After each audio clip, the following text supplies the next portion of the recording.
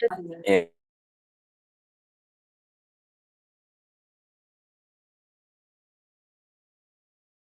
The link that you just sent on me. That's the okay.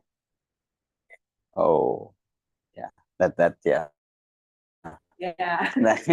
That could have caused a feedback loop, but yeah.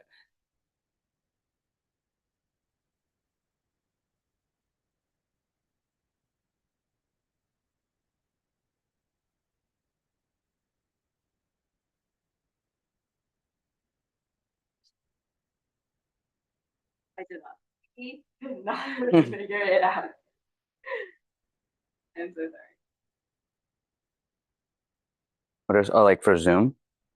Like for the thumbnails. Oh, I see. Got it. Okay, yeah. Okay, we still have some stuff. We can still have so,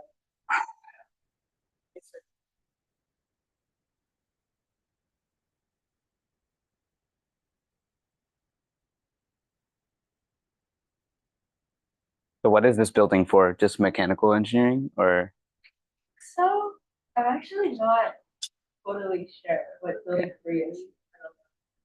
I think it's all over the place. yeah. Oh, like, I saw some cheetahs downstairs. There's some architectural thing going on. Okay. How many total buildings for like you guys? Like at oh wow. Okay.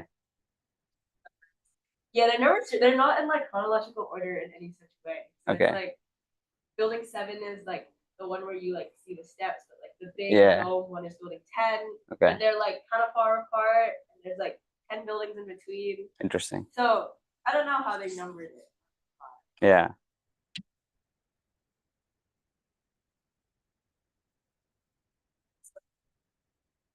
Yeah, that was weird to me. I didn't know that building 3 would be connected to. So I entered through 1 and I was like, "Oh no, I'm in the wrong building."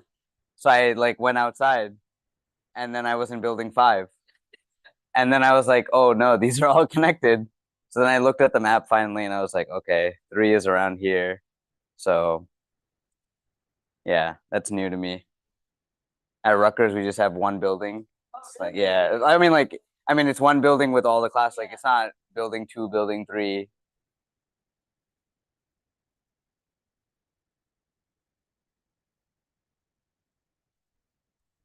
So did Hack MIT already? It already started, or okay, So today I do pre-check-in. okay, nice. Yeah.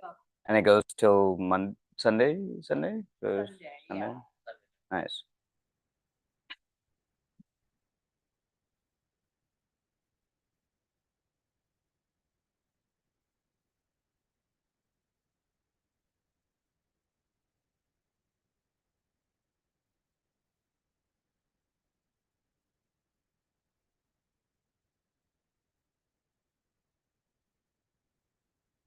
Yeah. It's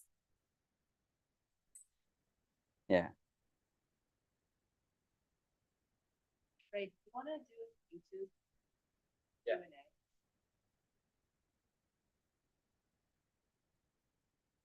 I think I told the Knowt team to put it up on the yeah. So hopefully, I'll actually put it in the Discord too. So Okay. let's see. Uh,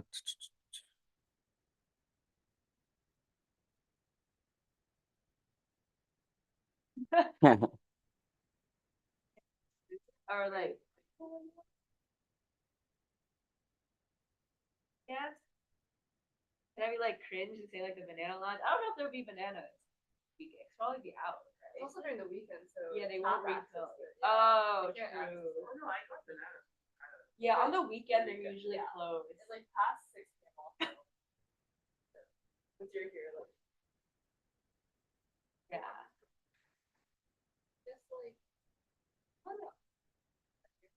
Yeah, the big section in front of the stud, the student center. Stata, it's like a classic.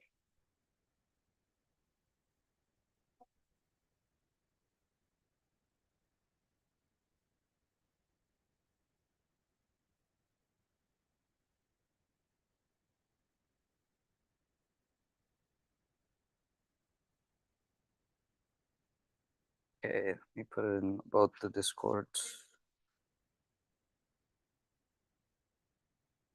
Not sharing, not, but we're only doing. Okay. Yeah. Because for a second, I'll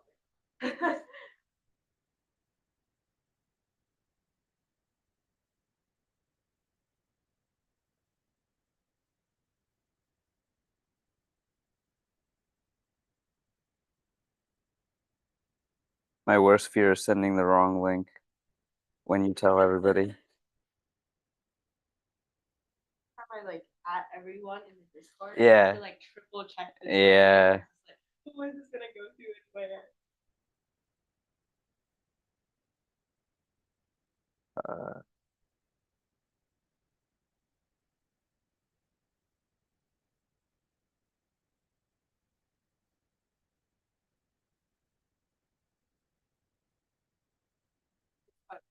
You know, I've never actually been to a hackathon ever. Like the only, yeah. Oh, really? Okay. I've only been to one, and that was for Capital One. So it was, and I was like, I was already working there, so I mean, I had no option. So yeah, it was like the first day of like onboarding. Like they were like, hey, we're gonna do a hackathon with people you've never met before. So yeah, it's pretty fun though. Yeah.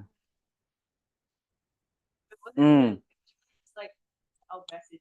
It was not very exciting. Yeah. I'll message you is crazy. Yeah. Yeah. I mean, it was preparing us for the future work. Yeah. Let's see if anybody on Discord catches it.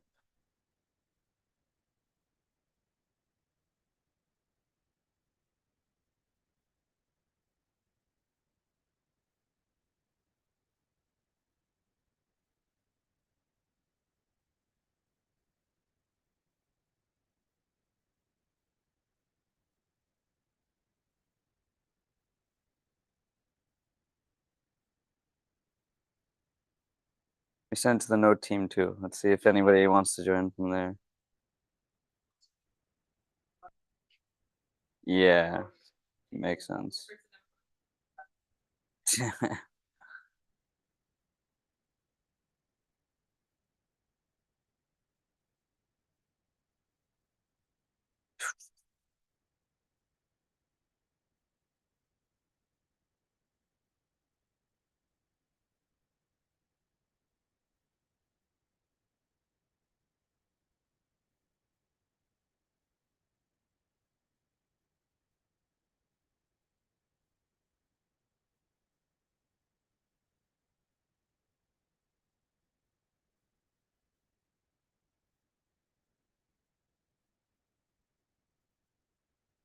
So are all the speakers going to be in person or like? Yeah, yes.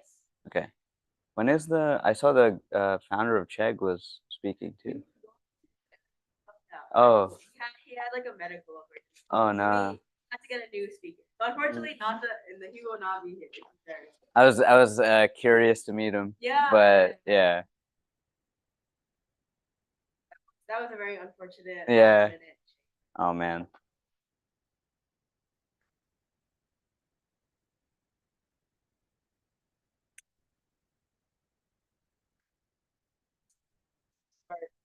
To Yeah. do like a brief introduction and then Yeah. get into questions on my side, and then if you all have any questions, get into it. So brief introduction of myself. I'm Dom. I'm a sophomore at MIT studying computer science and bio, and I'm part of the HackMIT team. And with me we have Abheek, who is the CEO of Knowt. And I'll let you introduce yourself. Yeah. Oh wait, sorry, I'm putting on do not disturb. Yeah, yeah. Hey everyone, my name's Abheek. I used to say I'm a recent grad, but I'm probably not recent anymore. I graduated in 2020 from Rutgers in computer science. I actually worked 2 years at Capital One before I did full time at Knowt, but I've actually been working on Knowt for about 8 years now. So I started when I was a senior in high school. So it's been a really, really, really long time. It wasn't really a company until like 2019. And it wasn't really being used by anybody until like 2022. So I think in 2022, August, we had 18,000 people. Like I like specifically remember it. But I'm really happy to kind of be here today. We're 2 days away from crossing 2 million, so we're pretty excited. Yeah, so yeah, I mean, that's a little bit about me. Right now inside the company, I basically focus on everything from product to different operations like financial stuff. Not really involved in the technical aspect. I've got really great team members now. Abhi, our CTO, and then not super involved in marketing. We got Ramya, our CMO. So yeah, I mean, I just try to do my best to keep everybody, going. Yeah. Yeah, of course. So for those of you guys that don't know, Knowt is basically the best sort of all-in-one study tool.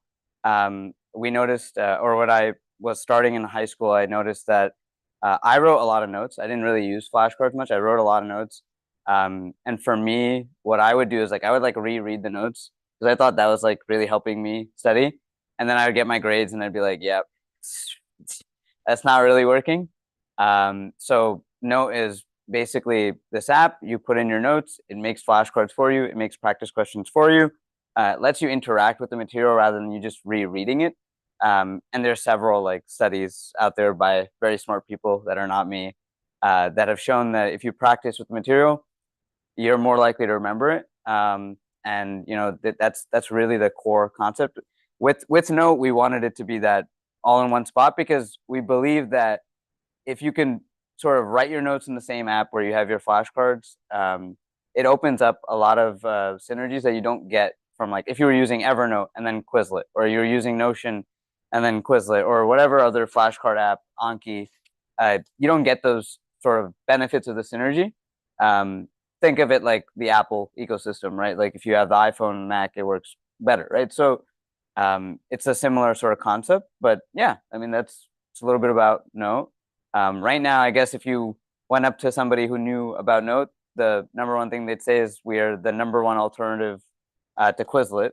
And we started with the AI features way before ChatGPT was even a thing.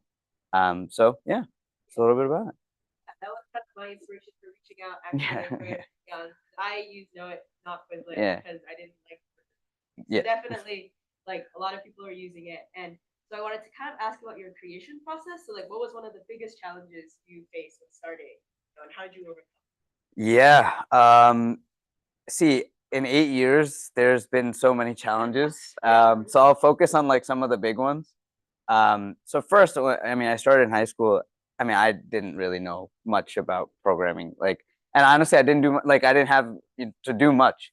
My co-founder Daniel, who started the company with me, he had made this Android app, and I had to learn how to do iOS programs. We had Android, and we're like, let's go to iOS. So I was learning how to do iOS. I had another friend, Jason, kind of help. So the first thing was just picking up coding in general. And then the sort of next challenge was how to balance this while going to college because I just started college and I was working on this company. And at the time, you think back 8 years, I didn't think I'd be working on this for 8 years. At that time, I was like, yeah, it's gonna be a big company in like 1 year. We're gonna be all good. So I was like taking it very seriously and focusing on that. But it was pretty tough to manage that with college. We actually stopped working on it for a really long time. I interned at like Intel, and then I was like, yeah, I don't know if I'm cut out for a corporate job. I should really get back on this. I really loved what I was doing, and that's we kind of returned back to it. And that is like kind of when we restarted back in like 2019. So, up until then, everything seemed like a really, really big challenge balancing everything. But like I said, up until 2022, we only had like 18,000 people using it. So, I mean, my challenges seemed really big, but they weren't really that big. when we started getting viral in 2022, that's really when the biggest challenges started happening. So in 2022, and I'll try to focus on the core points of it. In 2022, August, we had 18,000 people using Knowt. End of September, we had 118,000 people using Knowt, right? So it went from 18,000 to 118,000 in 1 month. And you don't really know how to handle scale like that until it happens to you. I was still working at Capital One at this time, so I would turn off my computer and then I'd go and I'd answer support emails because now we're getting like 7 to 8 a day. Another month later, 218,000, then 318,000, then 480,000. I'm like, oh, I gotta quit my job. Like, how do I balance this, right? Because like I would turn off my work computer and I'd get on this, and it would be terrible. So the first challenge was, how do you handle scale, right? You have one person handling support. When you have 418,000 people using the site and you didn't expect for it to happen, everything is broken. Like, they're clicking on one button, it's taking them to one page. So it's crazy. But then the real challenge started happening. Our bill on AWS went from being $2,000 to being $30,000 in September. And at this time, we had raised about 150K from Mucker Capital. It's a fund in LA. They actually invested it. Their biggest investment, I think, is Honey. So if you guys know, PayPal bought Honey for like $1 billion or something. So we had 150K from them, and we're like, okay, we'll pay the bill. Yeah, I mean, we had used a large portion of the money by then, and then the bills started coming, and I was like, okay, we paid the first 3 bills, and I was like, I can't work at Capital One anymore. I quit, and I was like, we'll go and raise funding. Now I have 400,000 people. It's so easy to raise funding, right? No. The market started tanking in 2022, at the end of 2022, terribly. So I would go to the investor and be like, how are you going to make money? And I was like, well, right now I'm focusing on growth. They're like, well, you need to focus on making money. So the first big hurdle I ran into is, I have no job. I went in full time. The bills are $30,000 a month. How do you pay the bill, and how do you keep the lights on and actually scale this to where it can make money? So what I did is, I had about 180 grand saved up from 2 years work. I was living at home, so I didn't have any expenses. I put every single penny I had.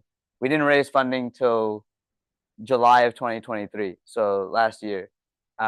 So yeah, that was a big challenge. I mean, it was, if we didn't raise money in July, we would have failed, like, easily.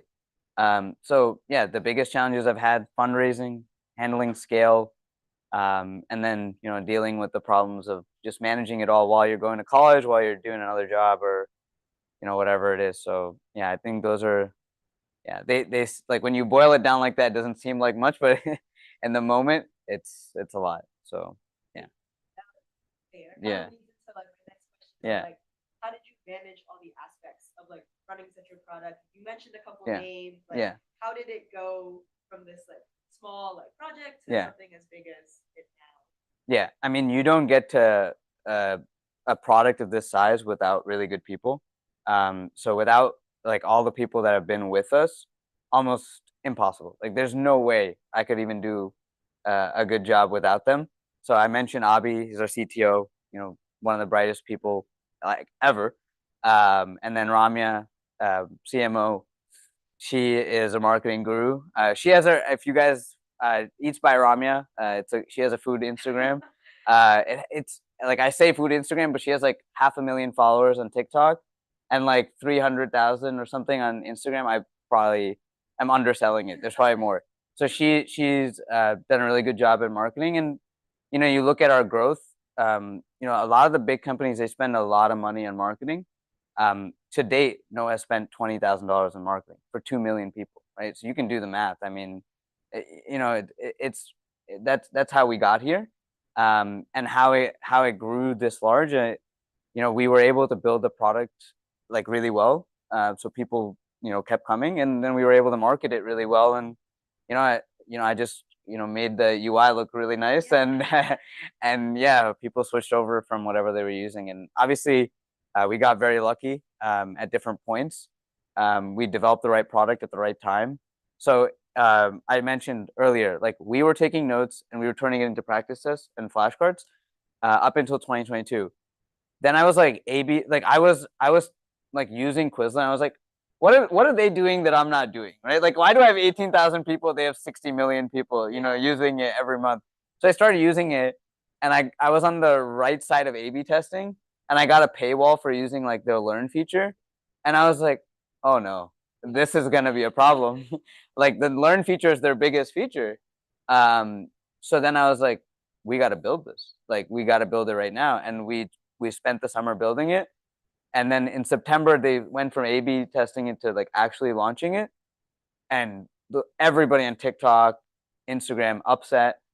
And then Ramya goes, she puts her story or like the TikTok up, 6 million views in like a couple days, right? So yeah, I mean we got very lucky at certain points, and we have a great team kind of surrounding us. So otherwise, impossible. Yeah, And impossible. I guess like also going off of like your social media like sensation Yeah, basically. yeah.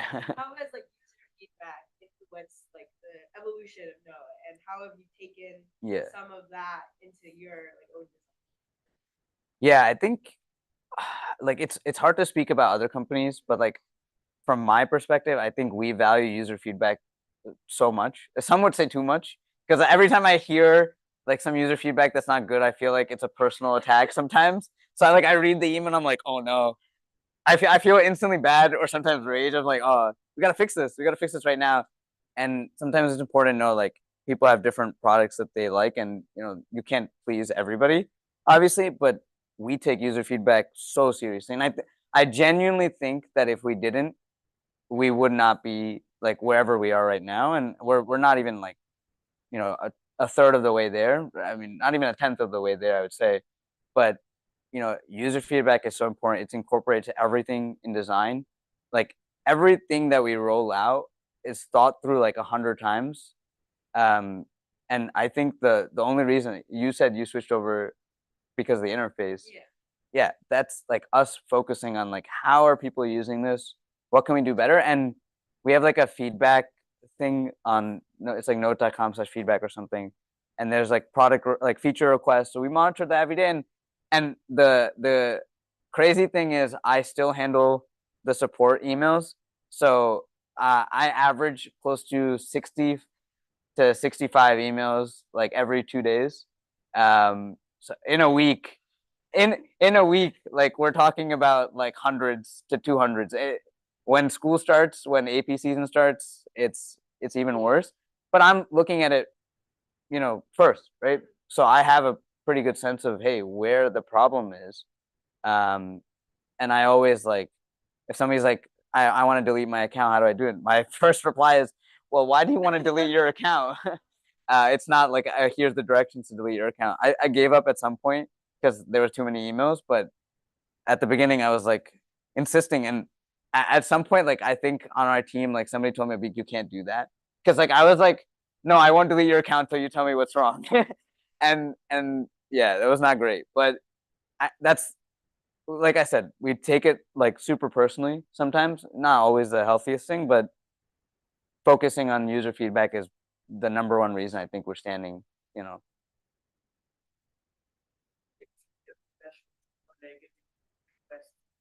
yeah. At the beginning was one guy. Like one person comes up to us like, hey, can I have this? We're like, yeah, sure.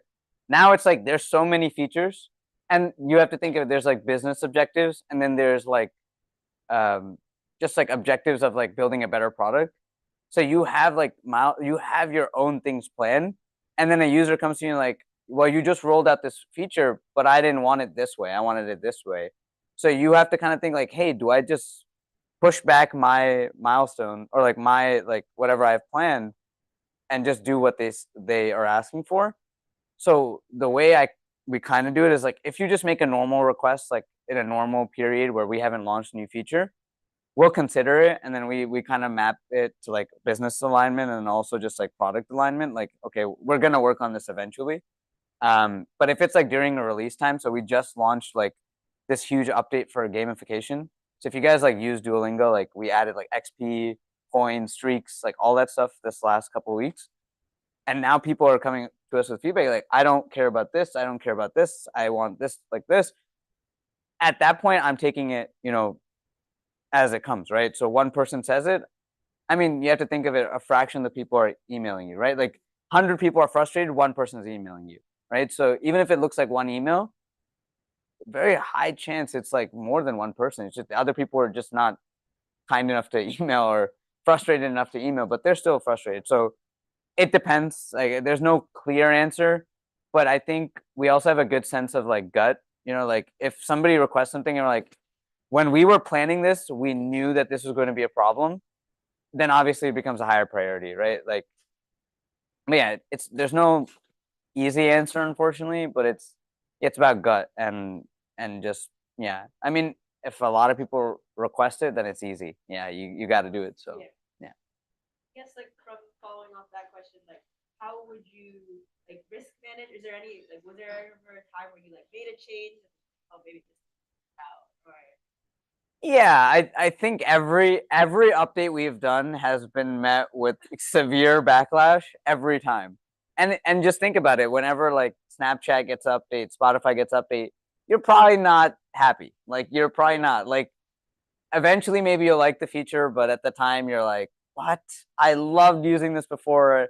Why would you change it?" So it's the same thing. So we did a redesign last year because like before that our UI was like really big and I mean, I never did a course in UI, so like that was my first attempt, and it wasn't great. So second attempt, we did. I'm like, okay, this looks way better. We rolled it out, and they're like, I hate this new UI. I'm like, there's no way. I thought through everything, like it.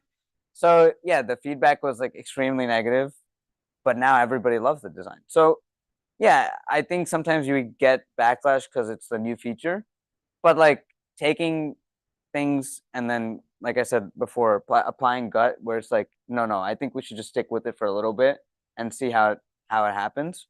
I think that determines a lot of things, but yeah, almost every update, like we've never launched an update and it'd be like, oh, this is the best thing ever. So unfortunately I don't think it's going to get better, but yeah, it's what it is. yeah, and then just that that you never like so like Yeah.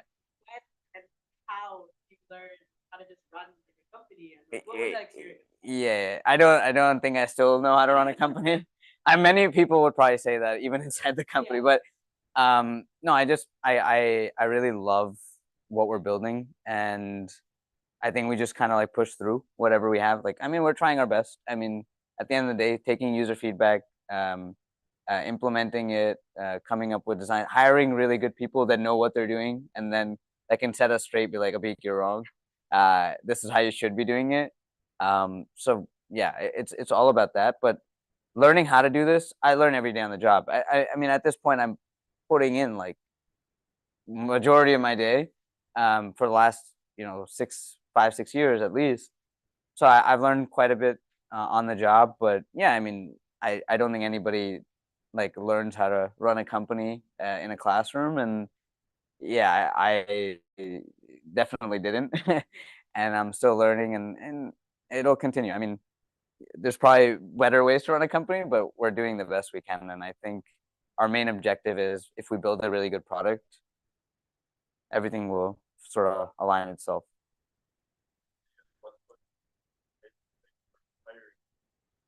Yeah, that's a good question. So really, we actually started really early. So a majority of the people that were working at Knowt were like other college students and other high school students, like just working part time. Like they were just like, oh, I find this like really interesting. Like I'd love to join.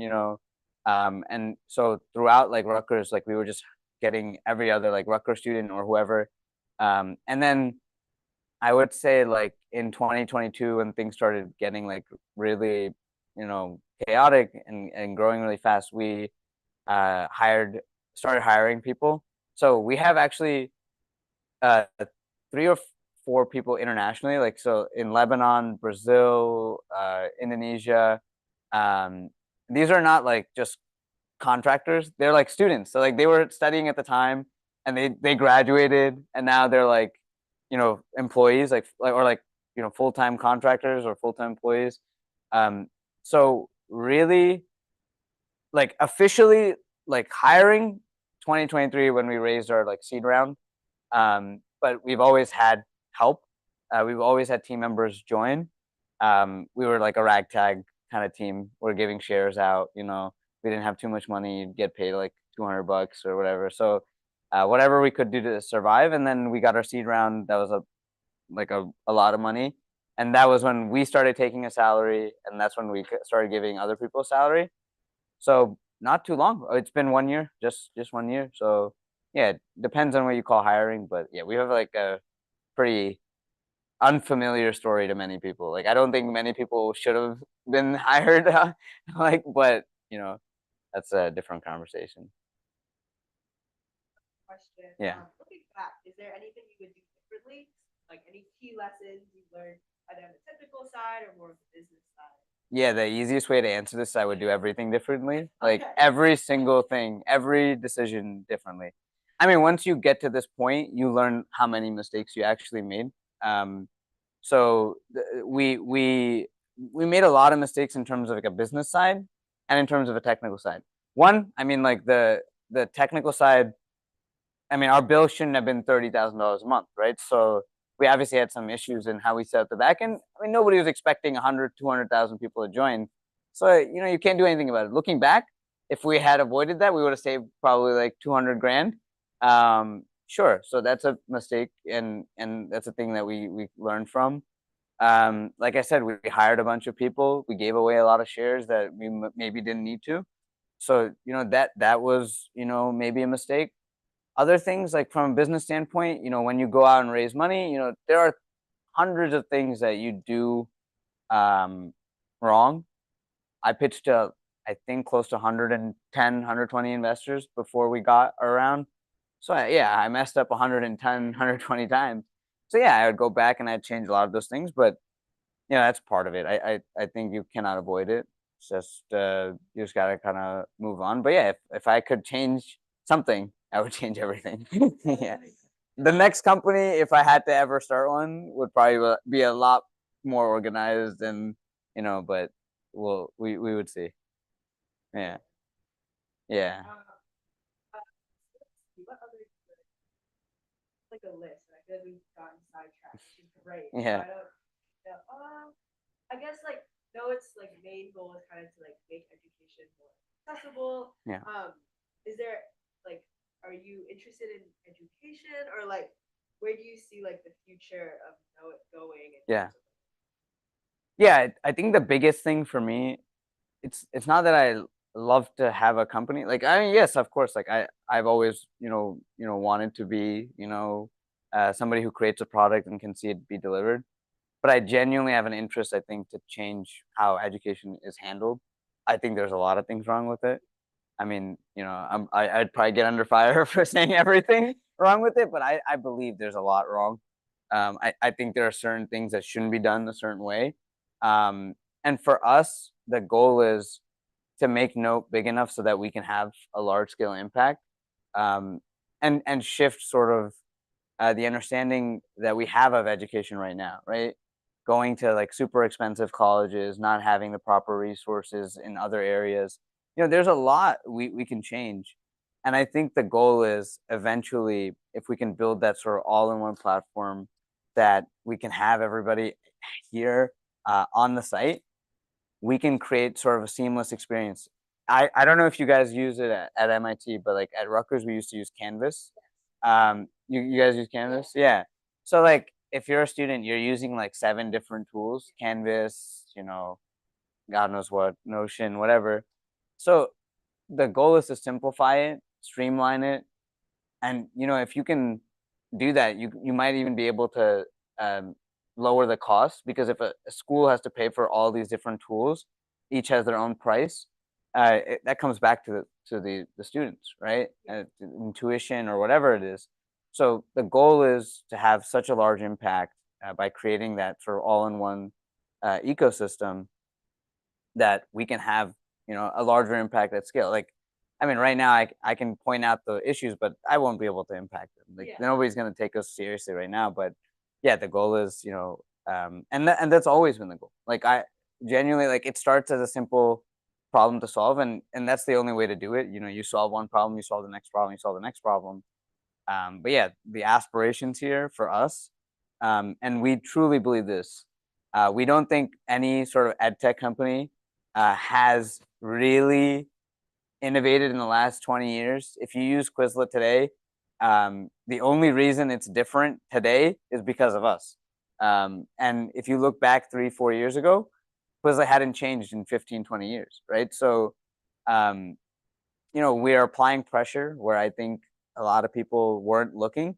And it's not like if you go out and you try to raise money in ed tech, it's not a very sexy field. Like people are not giving you money because they think, hey, you can't monetize on students, you can't, do this. So a lot of people kind of avoid the field. That's why there hasn't been really much innovation in it. Like I think the last biggest thing in ed tech was YouTube. And it wasn't really meant for ed tech. It just had a really big impact. And then you look at Khan Academy, how they took advantage of that platform. So yeah, our goal, be in this spot, be in a place where we can initiate change. And if you look at our products, we're not afraid to eat our old product, right? Like, and I think that's the defining thing for us. Is like we could build something one day. We spent like countless nights, days building it, and we get feedback from everybody like, hey, we want this. Instantly, our motivation changes and we go and build that, right? Like, and I think that's one of the strongest things. It's sometimes frustrating, obviously, because you spent a lot of time, but I think that's the formula, for having somewhat of a success. I mean, we're happy to have 2 million people for sure, and we'll see how much larger it grows. But yeah, I think that's like the fundamental thing that we think about. Yeah.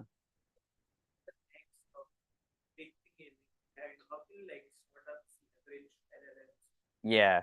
So the big thing with AI, I think, is I feel like there are some big companies that are working on improving AI at such a rapid pace right now that it's kind of hard for a startup to go in and be like, I'm gonna make my own LLM and fine tune it. Like, um, if you look at OpenAI, their models get about 50% cheaper every quarter, and like 25 to 30% faster every quarter.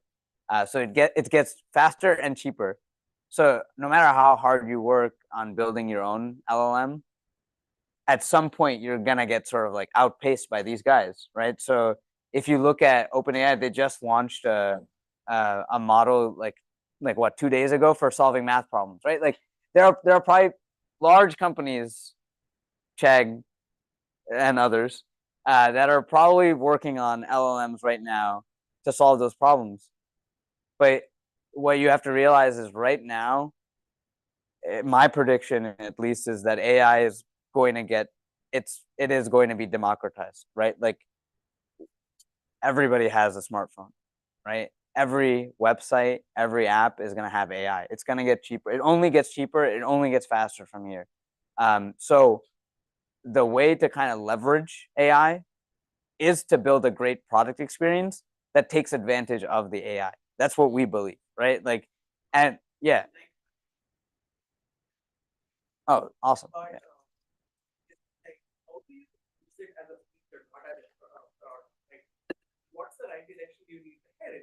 Yeah. Yeah. Yeah.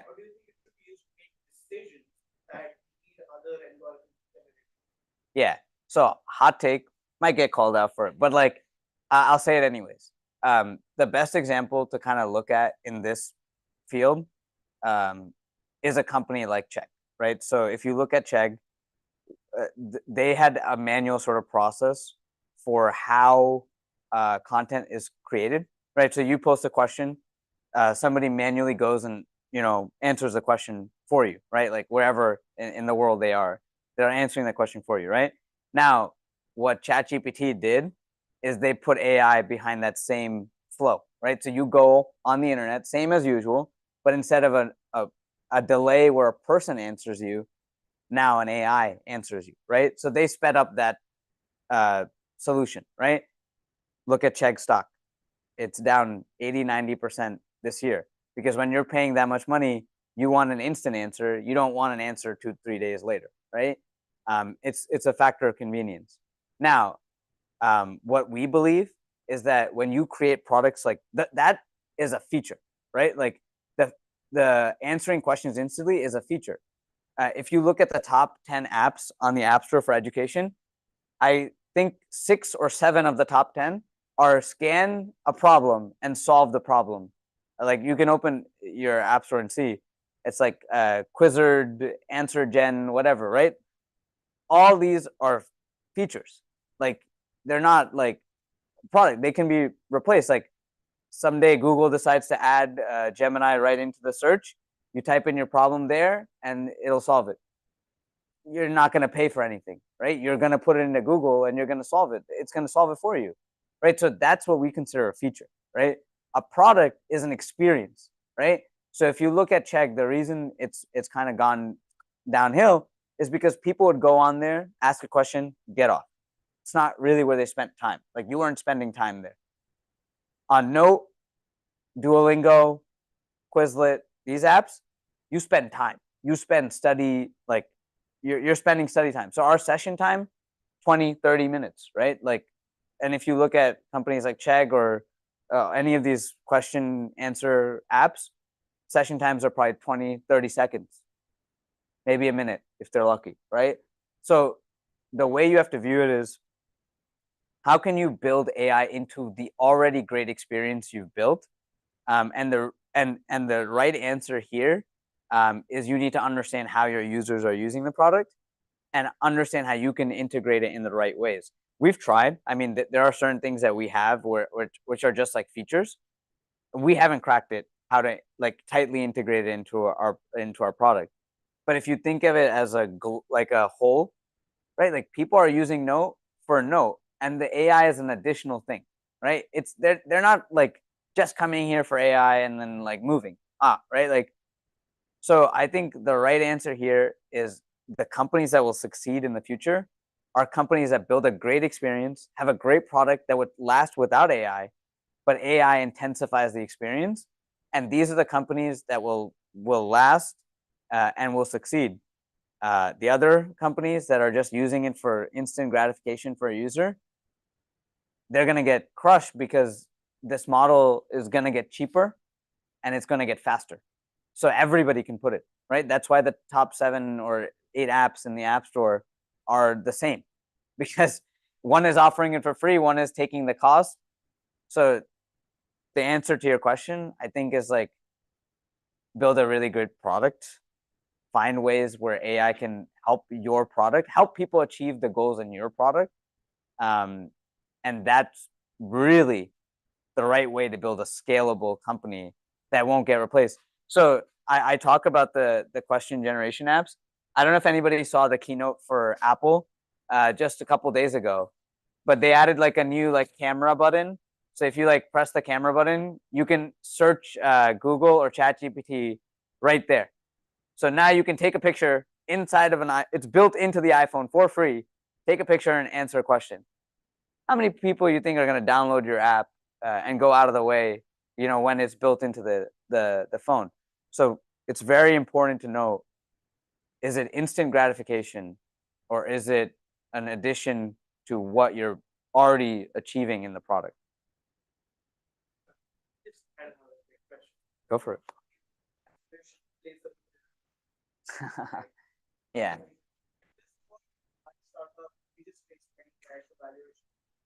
Yeah.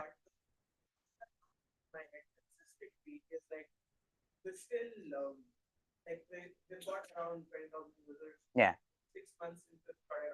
Yeah. That's awesome. How do we grow how do we grow faster and not worry about valuation? At a point, if your value is too high or too low. Yeah. Yeah. I mean, VC funding is probably one of the hardest things that is existing in this world.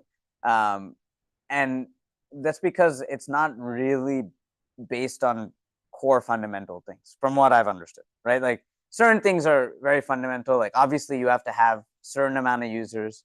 certain amount of growth, certain amount of revenue, right? Like those things don't change. But what matters is like desirableness, right? Like how desirable it is to invest in your company. Like we were at what 600, 700,000 users, and I went into the meeting and they didn't even blink an eye, right? Like, and we had scaled 600, 7,000 users in like 6 months or four or 5 months, right? They didn't care, right? Now, if we had an article in Forbes like saying, "Hey, Knowt is the next big thing," everybody cares, right? Everybody wants, a piece of your company. You raise money from one reputable VC.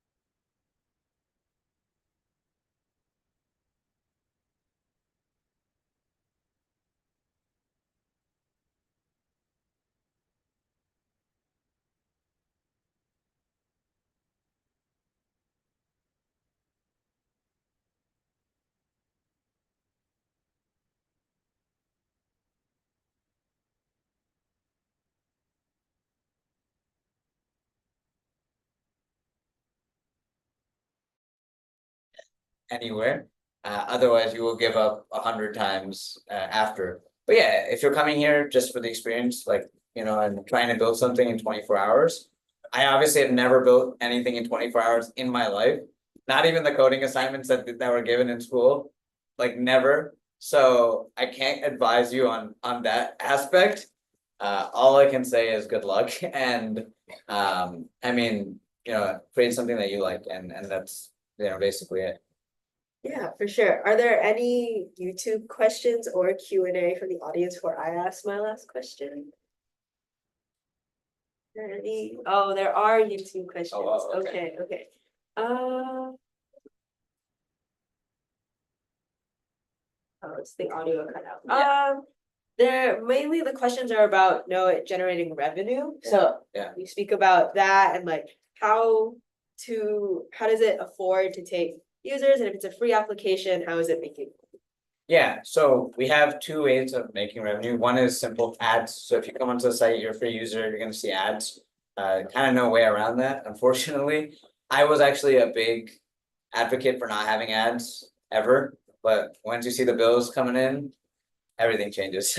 So we were influenced quite heavily by that, and yeah, we have ads, so that's a big one. And we try our best to not get in the way of usability. Like sometimes we'll be designing a feature and everybody's like, Abheek, we can put an ad there. I'm like, no, it's not going there. It's definitely not going there. And I try to draw the line in the sand whenever I can, but sometimes you have to make that sacrifice. And we have employees and we have, people that are working. So, you have to, right? And we want to build a better app, at some point. And it just requires. So ads, then we have subscriptions, so you can obviously buy a plan without ads. We try to keep that like super low cost. I think at the beginning it was like 99 cents a month, or like $12 a year, or like $10 a year if you buy like the annual version. It's gone up a little bit, inflation. So that's changed, but yeah, and there's AI capabilities on the site. So we incur a cost for providing the AI capabilities, so that the price is set in such a way that we make a little bit off the top, but a lot of it covers like the cost that we have. So yeah, those are the two big ways. And yeah, we try to balance as best as we can, but those are the big ones. Yeah, cool. And then You guys, sorry. no, please, You yes. guys see institutional integration as a possible future or just, Absolutely. So in the last 3 months, my job has switched to going to speaking to schools on a daily basis to integrate Knowt at like a district-wide level. So it's been pretty chaotic. And like right now, I think we're in about 100 school districts in the US. And I'd say about like 15 to 16 are paying for Knowt. So the others are kind of just using it in the district as teacher capacity, but yeah, we just launched a teacher version of Knowt 3 months ago. So for the last 2 years, we were focused on students, and then teachers like, you're showing so much love to the students, like Quizlet is not like, sort of not helping us, like, why don't you come and help us? So we built the product for teachers there. That's taking off. And yeah, we've gotten approached by some universities. There's some extra security requirements that our team is like not capable of handling right now. But I'd say in the next year, like that's definitely a big strategy for us. Like going after the schools, we think that's a big driving factor for just us to grow. Obviously,